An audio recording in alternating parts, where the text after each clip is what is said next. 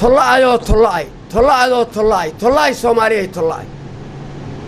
طلعي دولة داي طلعي عيدن كيجي جيسيغايو طلعي ما أنت أي كينيا يلا دولك يجي هايستا أي كفر لين إني كسر دولكان وأنت هذا قاتان waxaan leeyahay ninka dhoofayo joog ninkii dhuuntada uu soo bax ninka dhageelo oo hadal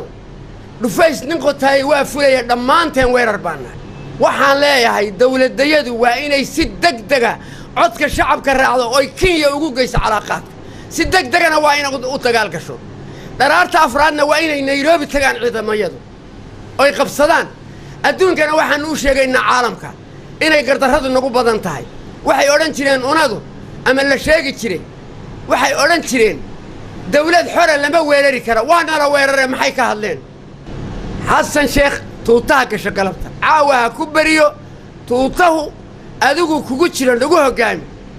ma toliid ma Soomaali liid ma ciidan liid ma dhalinyaro liid ma hub liid ma dhaqaale liid wax ka baqaysa ma jiro na hormar